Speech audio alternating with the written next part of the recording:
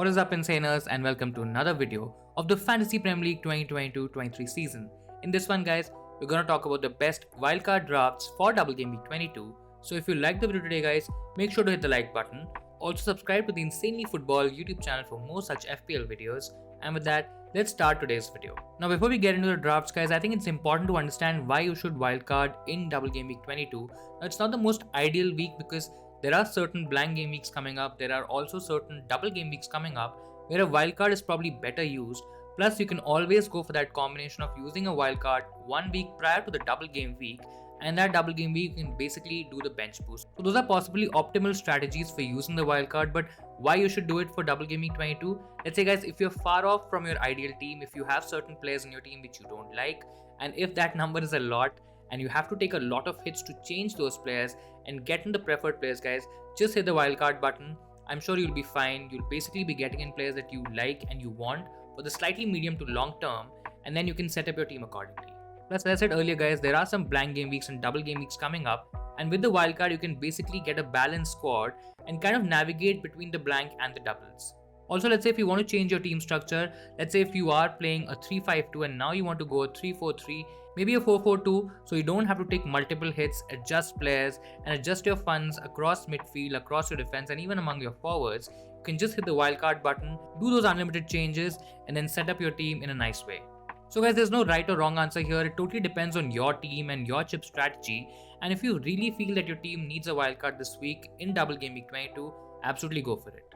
Now, before we get into the drafts, guys, I think it's important to just quickly get an idea in terms of what is the blank and double game week information that we have right now. So basically, Man United and Leeds, they have a confirmed double game week in game week 22. Then Arsenal and Man City, they have a confirmed double in game week 23. Also, Man United, Brighton, Newcastle and Brentford, they all blank in game week 25. So that's a blank game week for all these teams. Brighton will also blank, guys, in game week 28 if they or Manchester United, they reach the FA Cup quarterfinal. So Man United and Brighton can also blank in game week 25 and 28. So that's 2 blank game weeks for both teams. Then Brighton also has a possibility of a double game week, guys, in 26 or 27. So it's a bit tricky with Brighton because they have a possibility of a double in 26 or 27. And then they have these 2 blanks or possible blanks in 25 and 28.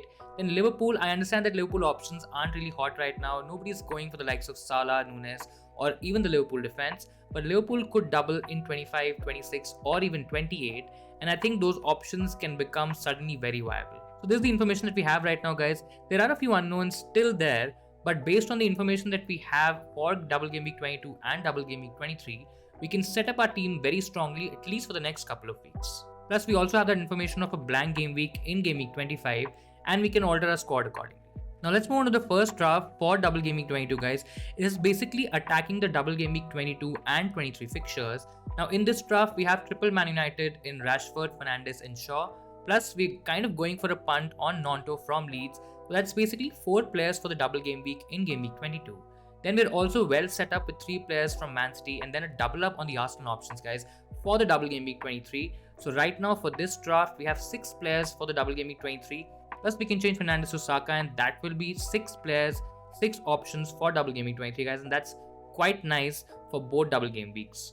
Also, despite Cancelo leaving, guys, I think there's still a risk in going for a Man City defender, and that is the reason we've not gone for one in this particular draft. I think you can sway away from the Man City defense. They haven't been keeping a lot of clean sheets. Plus, there could be a lot of rotation, as we all know that Pep will rotate a lot of these players in his back line, and I think it's a bit risky to go for that Man City defense. In any case, guys, if you're looking for one particular option, you can go for Nathan Ake. He's probably one of the most nailed options since the FPL restart. But again, proceed with caution because he can always get rested in a couple of games and then you'll be in a bit of a fix. In terms of the other options, guys, as we've not gone for a Man City defender, we basically have Mings. So we're saving a bit of money, but again, you can even go cheaper, maybe go for a 3.8, 3.9 sort of a defender here. But we are going for Mings because of the fact that he has a fixture in Game Week 25 and he can also help us with the game in Game Week 28. So that's the reason of getting in Mings. In case if you want to go for a different option, you can go for a cheaper defender and save even more money here. Now Mitrovic in terms of the attack is not the best options among forwards, but he, like Mings, also has a confirmed fixture in blank game week 25, guys, and I think that's very important here to retain the balance. You can go for Tony, but then Tony also blanks in game week 25, so you'll probably have to take him out, and that's one additional transfer that you're already booking in. Now let's move on to the second draft here, guys. This is a slightly more balanced draft. So defense is the same.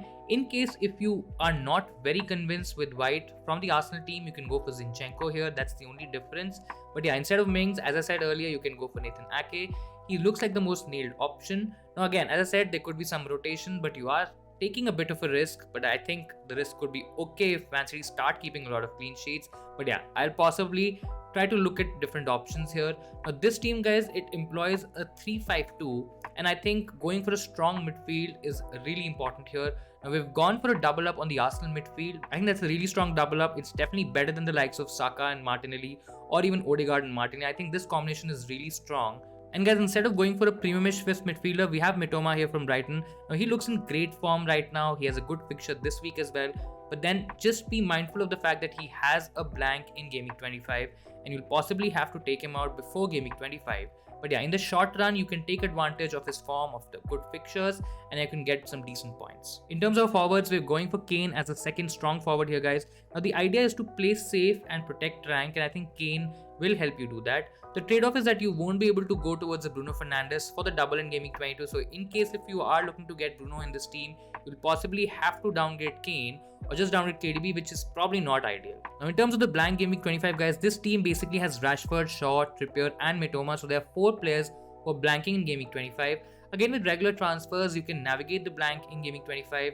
Now, in case if you have some additional money, then Greenwood here can become Gnonto from Leeds. That can be your third cheap striker, and you can even play him in the double game week 22. Now, in case if you're not going for Saka here, guys, then an option is also to go for Nketiah as the third Arsenal option and the second Arsenal attacker. I think that also is a great differential, and if you're okay taking a bit of a risk, bit of a chance, and if you want to do things a bit differently, I think Nketiah could be a decent punt. So yeah, the overall team looks pretty solid here, and now let's see the next draft, which has Kane and Fernandes in it. Now this is a good draft if you want to have a balanced team. Now we've got back Mings here because of a decent fixture in Gameweek 25, as I mentioned earlier.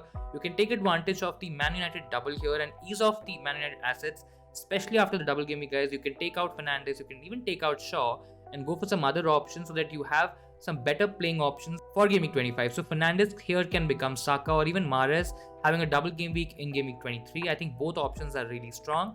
Then this also kind of takes care of Man United and Newcastle blanking with a possible of only 3 players blanking in Gameweek 25. So you just have 3 players from this team who will be blanking in Gameweek 25. You can easily bench them and have a proper team playing in Gameweek 25. Now, because of the fact that we have Kane in this team, we have to go cheaper in the 5th midfielder option, guys. And that's the reason we've gone for Andres Pereira. I mean, he's a great sub option. He can always come from the bench and give us decent points. He's been starting a lot of the games for Fulham. He's been playing well. And I think he can even give us attacking options or attacking returns in case if it's required. So I think we basically are compromising here a little bit in terms of the 5th midfielder option, because of the fact that we've gone for Kane, who's a second strong forward here. And that's the trade-off that again you possibly have to make. But this is a draft with Kane and Fernandes, so in case if you want both options, in case if you want to basically play safe with Kane and then also attack the double game week 22 fixture, I think this is a very strong team. So these are my top 3 wildcard drafts for game week 22, for the double game week 22, guys. Do let me know what you think about these. Do let me know what kind of players are you going for in case if you're wildcarding in double game week 22. That'll be all from my side for this video, guys. I hope you found it useful and helpful. If you did, if you liked it, make sure to hit the like button. Also subscribe to the Insanely Football YouTube channel for more such FPL content. Thank you so much for watching, and I'll see you guys in the next one.